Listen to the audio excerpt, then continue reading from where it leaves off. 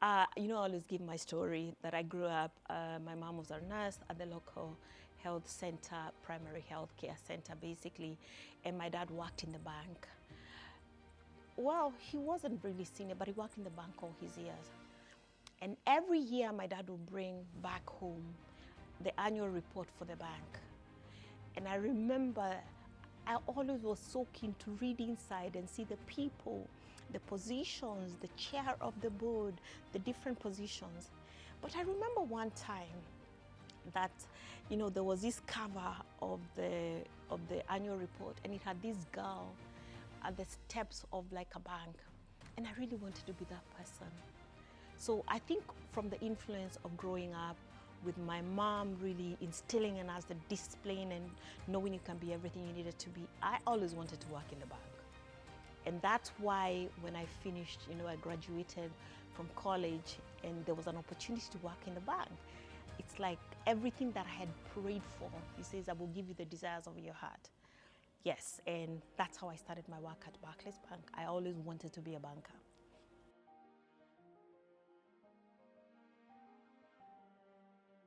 For me, my journey of 28 years, every step of the way, every year has been so much learning. So right from the beginning, and that's why when I give my story of starting out as a temp, as they called us, I was a temporary person at Barclays Bank.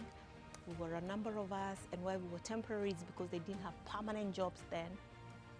And every 3 months they needed, you needed to go home because the labor laws requires that if you employ someone for more than 3 months, then they need to be permanent. So what they would do is send us home for a week and then to break that cycle, and then you come back afresh for another 3 months. Vanessa, everything I did, even when I was a temp, I loved my job. I was a temp in the Forex department, and I absolutely loved it. Right from the time I got my first permanent job at the bank as a teller in a branch that was inside a tea plantation. So a lot of our clients were traders, mostly tea traders, and basically everything to do with agriculture. A very rich area right in the outside of Nairobi, and I loved it. I learned so much. I learned so much even from those traders.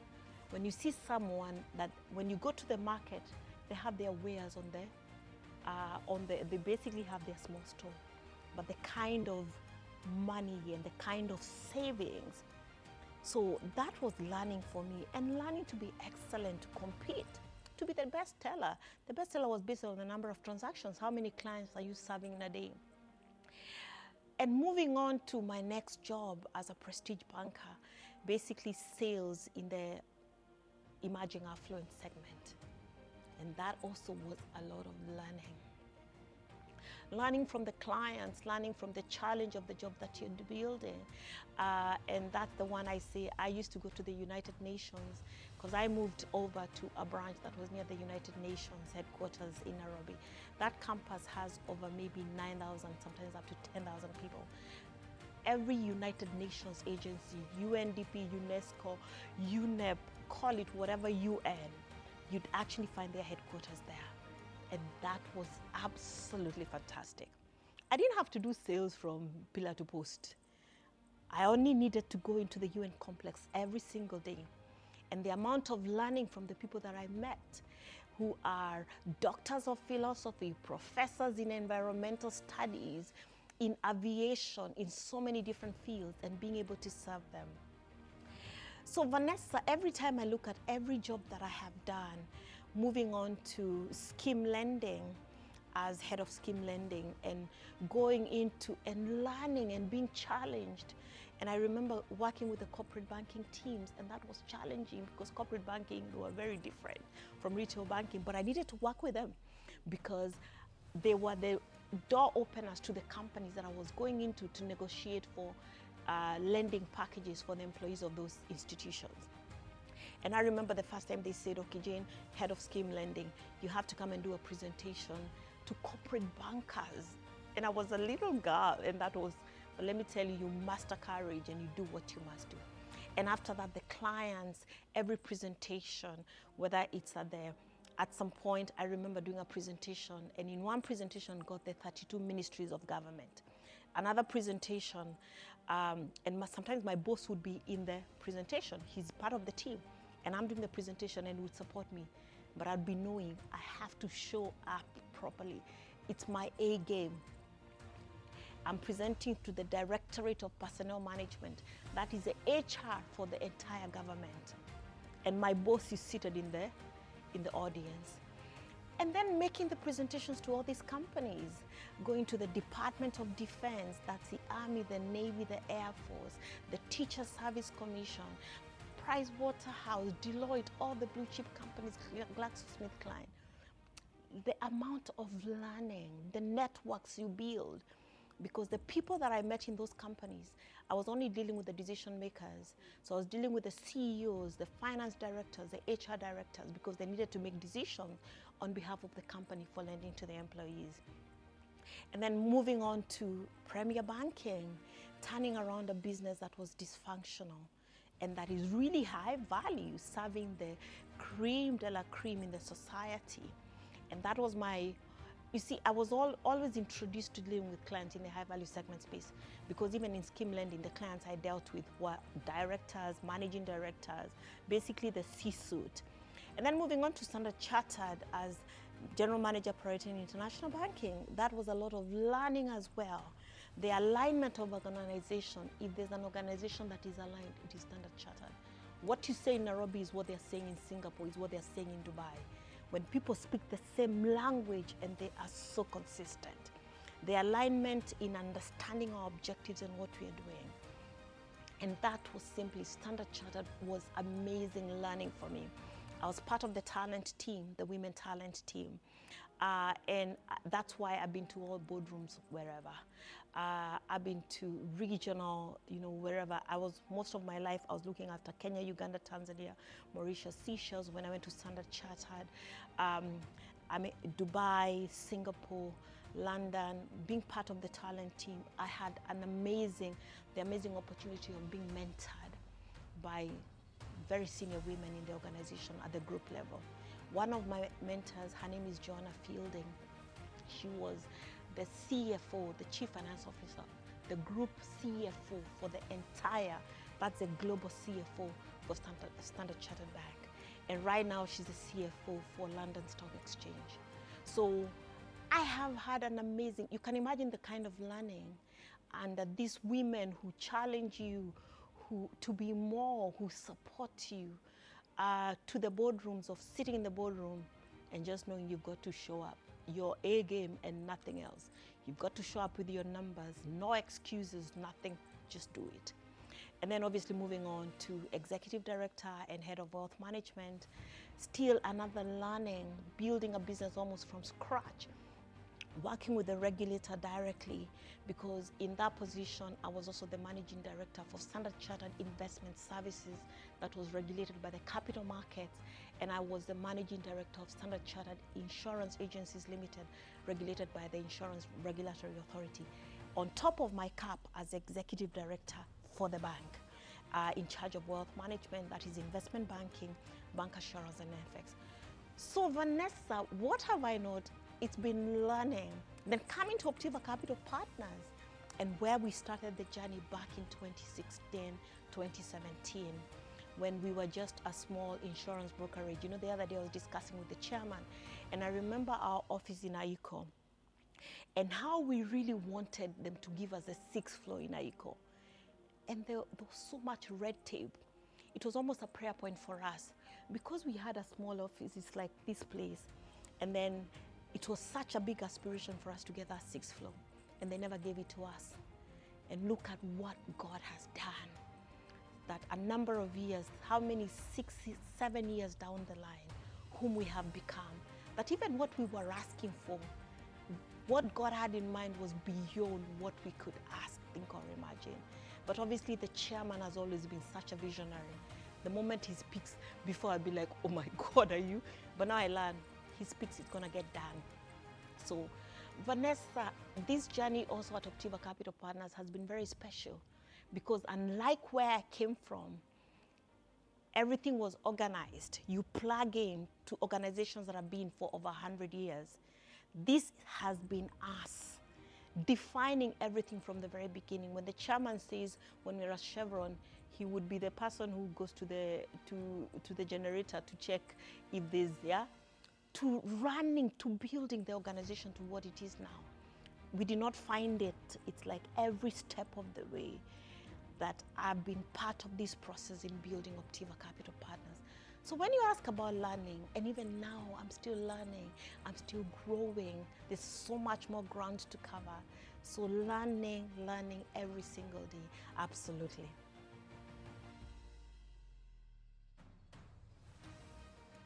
The qualities for long-term success. You need clarity about what you want. What is your why? Why are you doing? I think what I have seen for a lot of people, it's not even very clear. Why do I do what I'm doing? Why do I serve in this area? How is it aligned to me? The why is so important. What are the qualities? Clarity of your journey, clarity and appreciation of where you are. Clarity and appreciation of where you are is an acknowledgement of what skills do you need to build to be successful. Clarity about that journey and how are you going to do it. What are the associations? What are the relationships? Who are the mentors? What do you need to learn? What do you need to have to be able to excel for where you're at? Being very intentional about what do I need to succeed and to be excellent. Let's not even look at tomorrow. That's going to be sustainable. I always say, what do I need to be successful for what I've been given right now? I've seen people who are always focusing on the next thing. And I tell you, when you focus on being excellent on the basics, when you focus on being excellent on what you've been given, the next thing comes. All my life, I've never looked for a job. All these opportunities always looked for me. But do you know what I did? I built a track record of achievement. So the question of clarity, of the skills, the attributes, what do you need to have to achieve success where you are? And not success only, to stand out, to be excellent. Because once you're excellent, that is a brand you build, that you can be counted on. And opportunities are going to be looking for you. Stay the course as well. I have found so much restlessness. You know, sometimes I keep saying, I'm confused. I don't understand. I interview people. They say they want to be chairman in 5 years. And I say, you're not going to be chairman in 5 years. You're not going to be CEO in 5 years. It takes time. It takes seasoning. It takes time to build a brand. We are not who we are because we are baked overnight, like microwave sort of results. It takes seasons. It's not always been up. There are days when we talk about there are seasons of the valleys. There are tough seasons. There are times where things didn't work out as planned out. There are times when I failed. Absolutely. But what did I learn? But first of all is you don't give up. There are times when I was less than I was supposed to be. But I think the sum total of who we are, did I give up? I stayed the course. So once you identify your what, first of all, the why you do what you do, and then what you're going to be doing. What are you going to spend your time doing? Are you a corporate person? Are you a salesperson? Are you a communications person? Are you wherever? Is it HR you're in? Whatever you find to do, then build excellence, build skills, be the very best you're meant to be. Stand out. Then when people think about corporate communications, there's somebody who stands out. When people think about sales, there's somebody who stands out for you. You're not amongst you. That is what excellence is about. Then it's gonna be tough sometimes. Even the Bible says, yeah, in this world we will have tribulations, but be of good cheer. So there are gonna be seasons in the valleys. What are you gonna do in those seasons? Are you gonna give up on your dreams? Because resilience is staying the course. That is great. And that is what defines real victory from the ones who become just mediocre, whose lives are mediocre, who basically don't achieve any level of anything, because at every challenge they give up and they move on to the next thing. So they never build skills, they never build credibility, they never build their brand, because they're always starting. So that is what I would say, Vanessa, in a nutshell.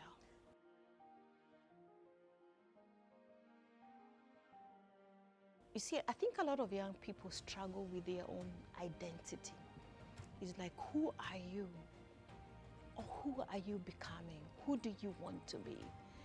Because there's so much of confusion and noise in the marketplace, in social media, about other people. So now more than ever, the question of your identity is so important. And this is who I am. And close out the noise and pursue your journey with consistency, with urgency, with passion, unrelenting. Stay the course. It's going to be tough. Because the question I always ask young people, what are you going to be known for? When I interview someone and they're 27 and they say they're a serial entrepreneur, I laugh. I say, serial what? So basically, you're a jack of all trades and master of none. I say, what are you going to be known for? You're 27 now. What will you be known for at 37? I interview people, they're 27, they've had 6 jobs. And I'm like, I'm so confused. In totally unrelated industries, because they do one here, another year here. You will never amount to anything if you have not identified what you're going to be known for.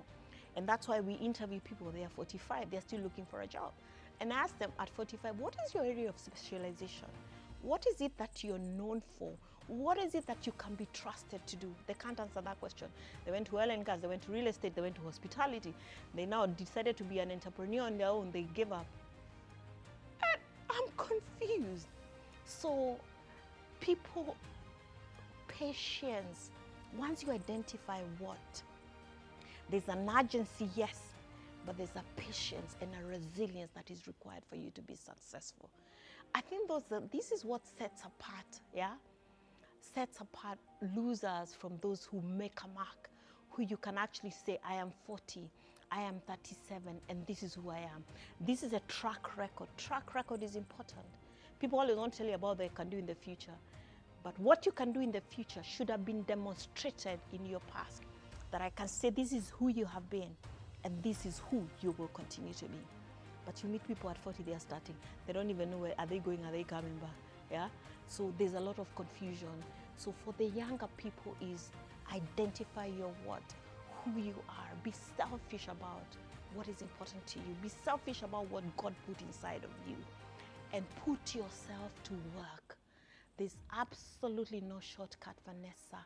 People want quick shortcuts. Yeah, they want to get rich quickly. Yeah, and let me tell you, you will find them, it will lead to, you will crash. So be consistent, be sure the path you're on, there's no shortcut to hard work, and it pays. Finally, you can sit and be very confident about who you've become. So be selfish about yourself. Put yourself to work every single day. Don't be lazy. I've seen so much laziness. Young people who want to scroll their life away. All they do is social media and take pictures and be famous and be, I keep telling you how I sat at a hotel at Oriental with Moshe one time, and I see these girls, and I really wanted to talk to them. Moshe said, Mom, you can't talk to them. I said, I want to talk to these girls. The whole time, they are just there doing nothing. I was in a speaking engagement. And when I look at these girls, all they would do is come and they have a glass of something, and the whole time. And I wonder how many lives are wasted like this. Because they'll wake up, it's been 5 years. What do you say you've really built? It's been 10 years, and it's gonna be too late to start again. So that's in a nutshell, yes, my 2-piece.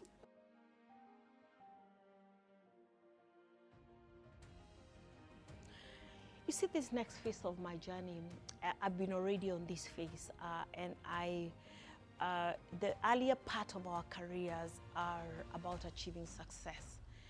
And there's a book I read, I remember, it's called Halftime.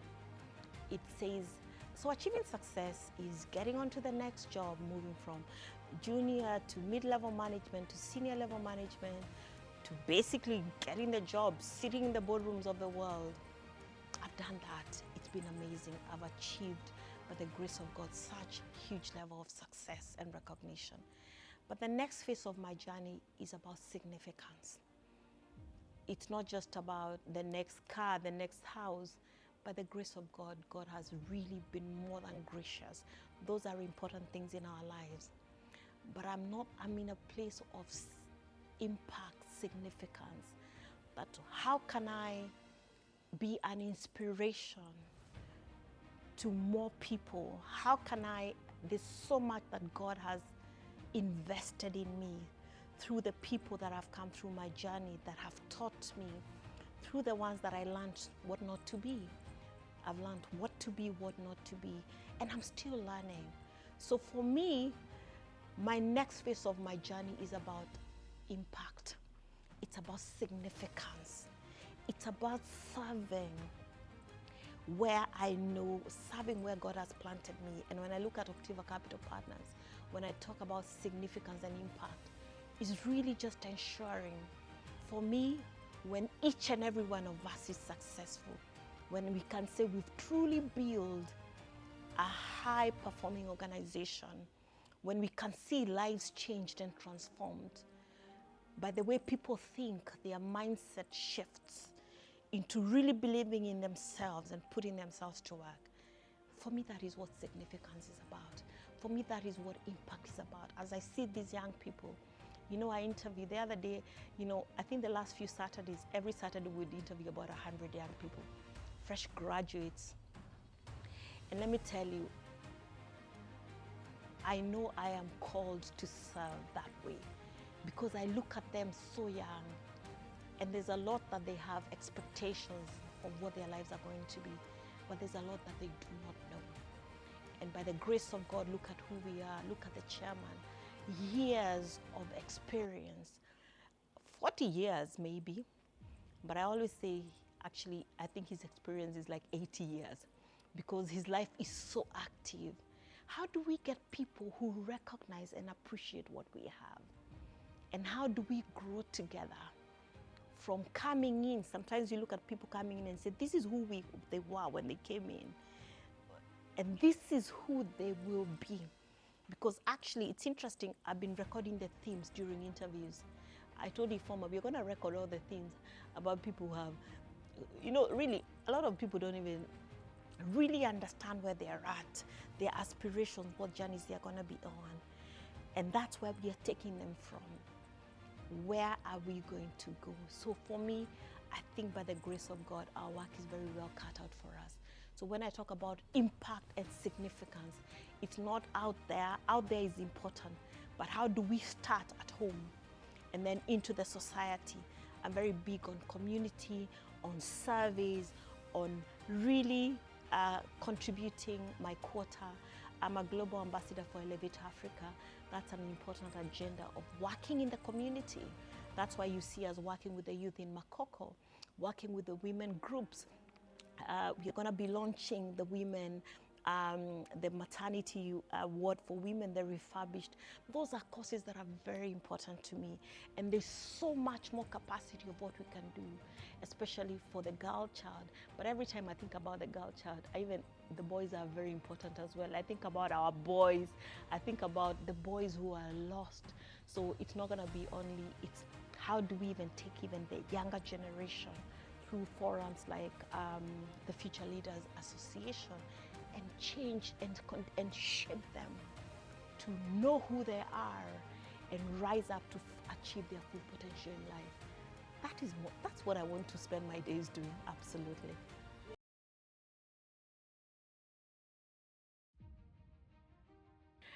And from the time I turned 50, this has been very, very constant. It's like in my spirit, I know that this is what God has asked me to do. And it's to launch and raise a platform for women.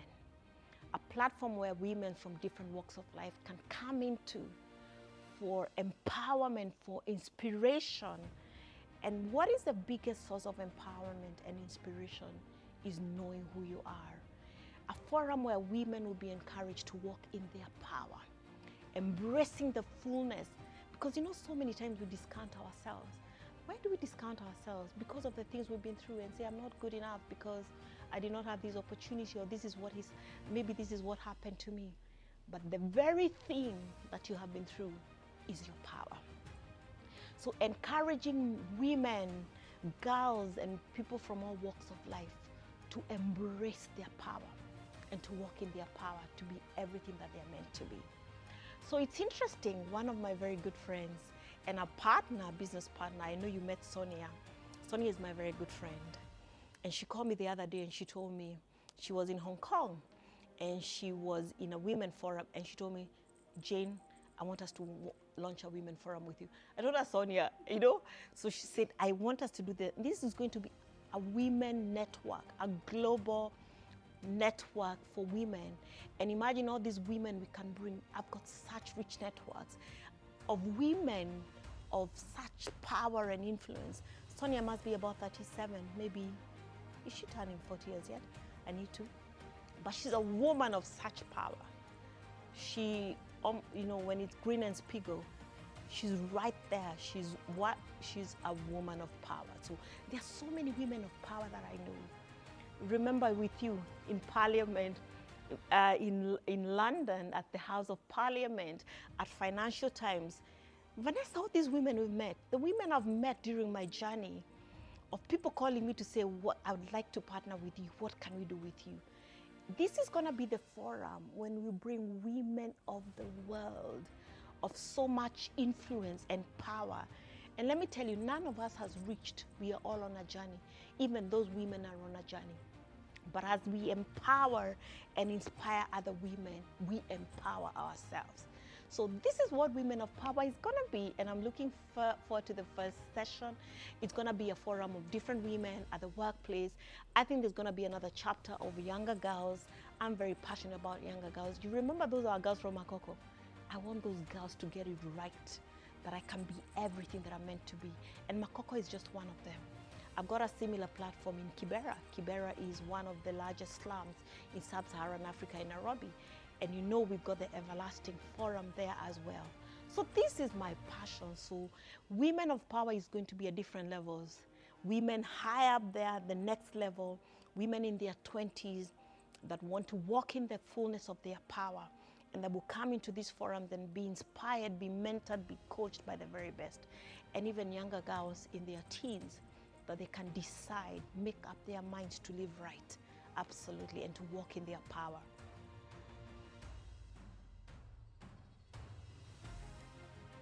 Faith in God is everything. Where would I be if I didn't have God? Honestly, this is my daily bread. This is my life. This is my everything. You know that song, that this is my daily bread? This is the air that I breathe. That is me. I am absolutely nothing without God. How I even find myself here when I tell the story of my coming into Nigeria, it is divine. I had never been to West Africa, obviously, until I met the chairman. I'd never been to Lagos. If somebody told me I'd be in Nigeria a number of years, I'd say, you're doing what? I had never been. So my journey has been a journey of faith, a journey of, you know, he says that he's a rewarder of those who diligently seek him. A journey of seeking him, his direction for our lives. And that's who I am. This is who we are as a family. The chairman, it is our faith. Optiva Capital Partners is the Lord's doing.